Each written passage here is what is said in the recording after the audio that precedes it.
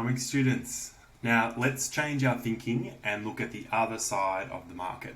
We're no longer thinking like a buyer, we're now going to think like a seller. So a firm, a business, a producer, a seller, the supply side, they all mean the same thing. We're talking about a firm or a business, and what they do is they combine resources to produce goods and services. So our local supermarket, they have a plot of land, some natural resources, they have some capital, machinery and equipment, they have plenty of labour, they combine them together and they are Safeway, and they provide us with whatever our hearts could desire. Now, importantly, sellers or producers or firms or whatever you want to call them have different motivations for being involved in the market, right? As consumers, we want to satisfy our needs and wants. The reason suppliers make market transactions is very different. Now, to use another example, I always tell my students, and they're sick of me talking about 7-Eleven, but I say 7-Eleven isn't open 24/7 because they really want to help you out late at night or early in the morning when you need something and to provide you with convenience. They do it because, you guessed it, they want to make a profit. We'll talk about this a little bit more. So, the theory of the law of supply. Now, as prices rise, quantity supplied actually increases. And as prices decrease, quantity supplied decreases. So it's the opposite to the law of demand.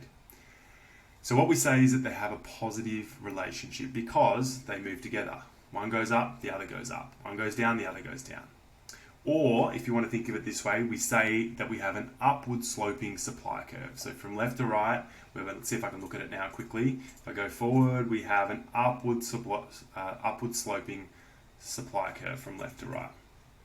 So, why is this? Why is this? And I alluded to this before, it's because of this thing called the profit motive.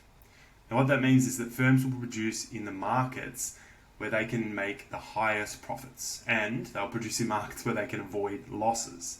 It's really important because this explains not only the law of supply, but it also explains where resources get allocated, which is a couple of dot points ahead.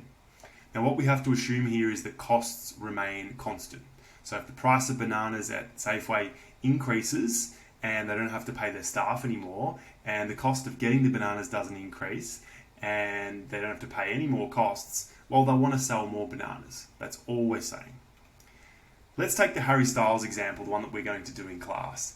Now, we looked at the demand for Harry Styles tickets, and we know he's coming to Australia in May. Amazing. Now, part of this is this tour in Australia is part of a world tour. So if we assume Harry Styles is purely profit motivated, he may or may not be. If the price of tickets in Australia increases, maybe because there's a lot of demand in Australia, and they're higher relative to, say, Canada, then Harry Styles would be, according to the law of supply, wanting to do more shows in Australia, assuming his costs are the same. And vice versa, right? If there's not a lot of demand in Australia and his costs stay the same, he's probably going to want to do less shows, right? And that is the theory of the law of supply. In the next video, we're going to look at this graphically on the supply curve. Bye for now.